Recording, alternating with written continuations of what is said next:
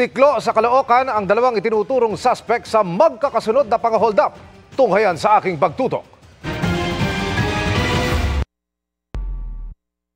Dahil hindi raw kaagad sumunod, tinutukan ng kutsilyo sa leeg ang delivery rider na ito.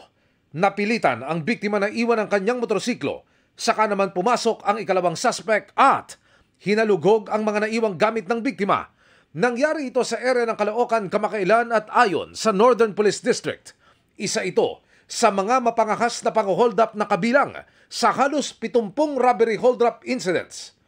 Isa ito sa mga mapanghas na pang-hold up na kabilang sa halos 70 robbery hold-up incidents na naitala mula Enero hanggang Hunyo 2025. Ito naman, kuha sa monumento. Kita ang umano'y dalawang hold-upper habang sinusundan ng kanilang bibiktimahin.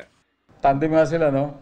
Tapos, habang pagkalagala, tinatingnan nila kung sino yung potential na pwedeng maganda cellphone tapos madaling biktimahin. Hindi na kuna ng CCTV ang aktual na pang-hold up dahil isinagawa raw ito sa lugar na walang kamera.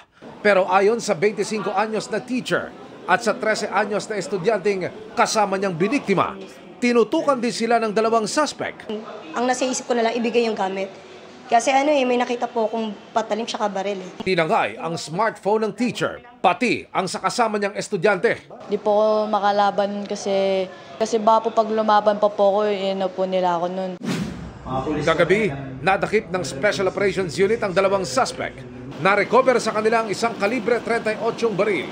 Positibo silang kinilala ng mga biktima pati na ng iba pang na-hold up sa area ng monumento na pinatawag ng pulisya. Mga estudyante, minsan minor or minsan yung mga empleyado na walang laban na lalaban, walang lakas lalaban. Tapos minsan nahuli sila, no? Natatakot naman mag-file ang mga biktima at nakakalaya din. Alam ko may mga na-hold up pa sila at ito na yung pagkakataon na maraming pang mag-file sana ng kaso para hindi na makalaya. No comment ang mga suspect. Para sa GMA Integrated News, Emil Sumangil, Nakatutok, 24 Oras.